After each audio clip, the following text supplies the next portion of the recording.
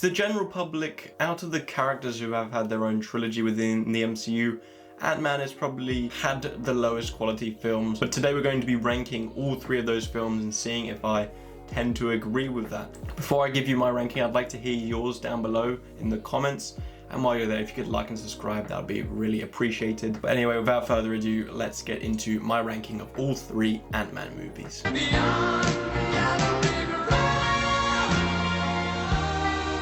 Unfortunately, in last place is Ant-Man and the Wasp: Quantumania. The Ant-Man films we've been used to up to this point have been small scale, low risk adventures, and that is the complete opposite here. And while it isn't the choice which is what lets this film down, it's how they execute that. We'll talk about it later on, but the previous Ant-Man films have been quite quirky and funny.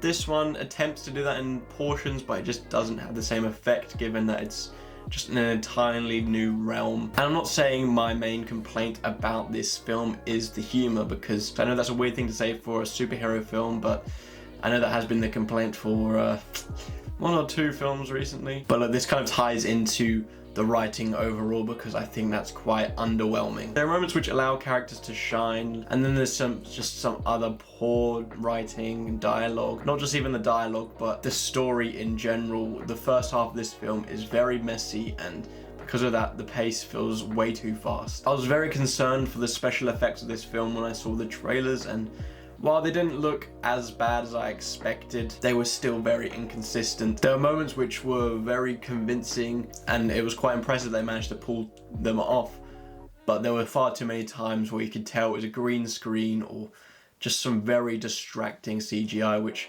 shouldn't be a problem in a film of this caliber, given the special effects of the current day. This film is titled Ant-Man and the Wasp. However, I completely forgot the Wasp was in it. Ant-Man, you know, he did his usual stuff. There wasn't as much of him as there has been in previous films, but the real standout here is Kang the Conqueror, played by Jonathan Majors. One thing they did nail about this film is his portrayal and his performance as well. He's very menacing, and I feel like the MCU is in very safe hands with him being the big bad going forth. But as this film in general, I thought it was quite a step down from the other 2 in this trilogy. Hello world, here's a song that we're singing. Come on, get happy.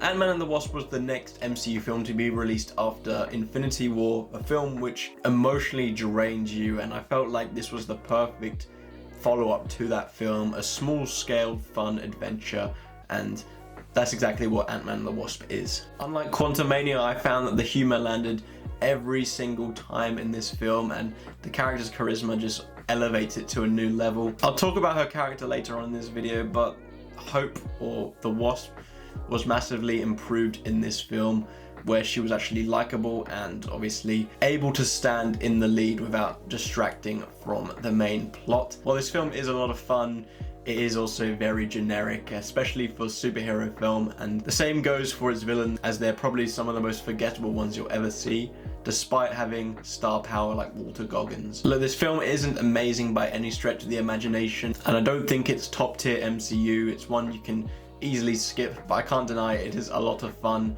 and I found the duration of this film flying by when I was watching it.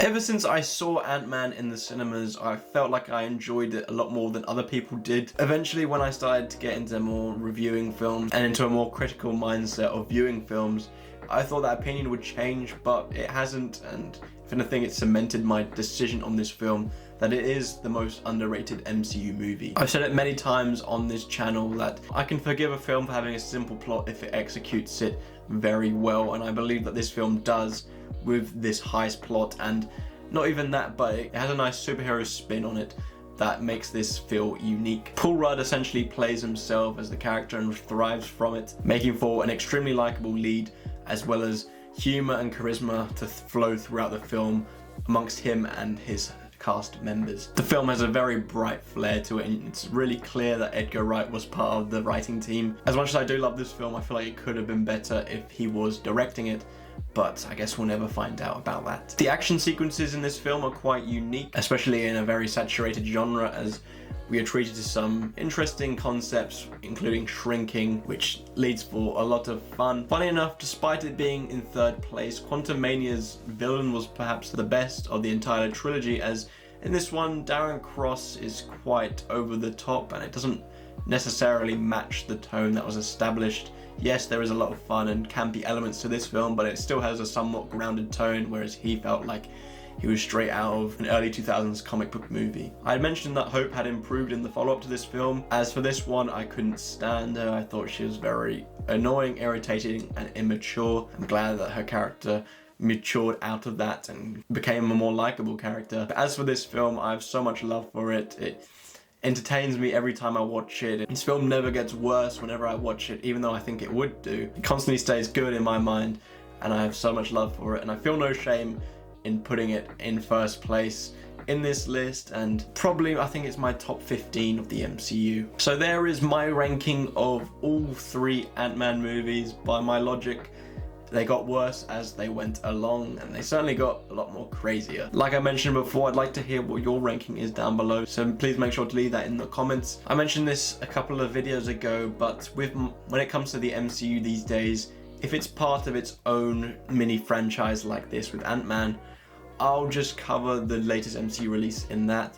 If it's not, then I'll do a big MCU ranking, but it's just too much to do both, and it makes it easier to get my views across rather than filming like an hour-long video every time. Expect a Guardians of the Galaxy ranking rather than an MCU one, but if you wanted to hear my thoughts on the MCU rankings anyway, I've made plenty of before, and I just leave my latest one up in the corner here. But thank you so much for watching. I really hope you enjoyed, and I hope to see you in my next video.